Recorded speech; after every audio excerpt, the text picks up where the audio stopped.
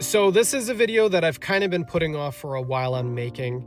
It's something that I very much want to do, but the topic matter kind of like leaves me in a pretty bad mood, so it just kind of has been put off.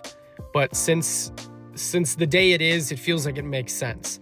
Today is the 1-year anniversary of me starting a job at a residential facility in school for children and young adults with disabilities. This job fundamentally changed the way that I pretty much view the world. It brought me some of my highest highs and brought me to the absolute lowest of lows. Where on one hand, I saw the way that my involvement, the way my care truly did benefit and assist those in need. And that was very rewarding to see.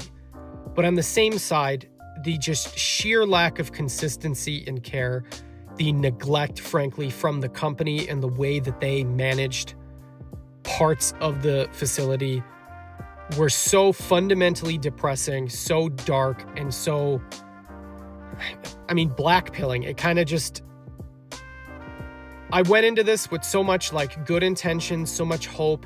All of the training seemed so promising, all of their talk. But when the rubber met the road, they could not live up to it at all. This place was extremely understaffed. We were told that we would not be working with especially dangerous clients. There'd be an occasional incident. That's fine. It happens. Occasional dysregulation happens. But I, as a new person, ended up being saddled in one of the most difficult units in which I had to be prepared to be violently attacked daily, routinely. On some days, we were being attacked in that room upwards of 5 times. And you would have no notice. You would just all of a sudden be being attacked. And nothing was being done. This was a private facility, so they were almost incentivized to not remove troublesome clients, especially if it was making them money. And the staff turnover was ridiculous. By the time that I had to quit at 4 months in, I was the most senior member of the staff in my unit, a unit that was supposed to have 8 people. It was me and one other person in training in the end. Things were very bad.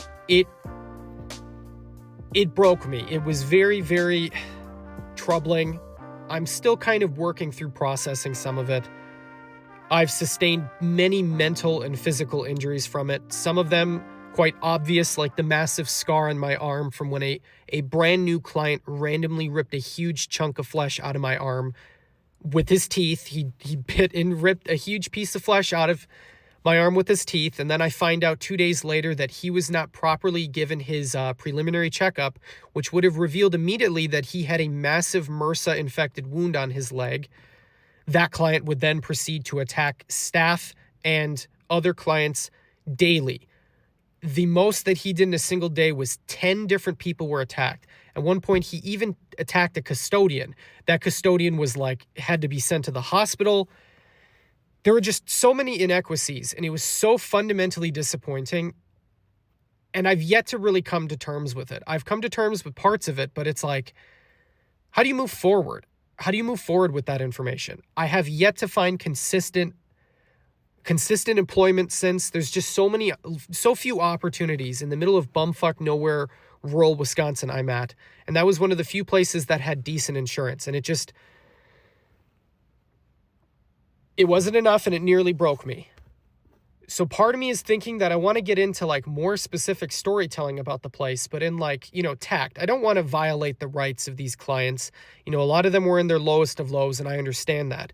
But this is meant to demonstrate just how bad the system is in regards to disability services in America, and just how much worse it's going to get because of Donald Trump and the changes to the Department of Education.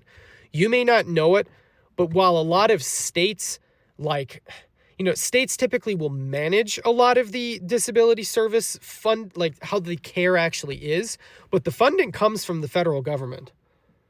It's a fucked situation.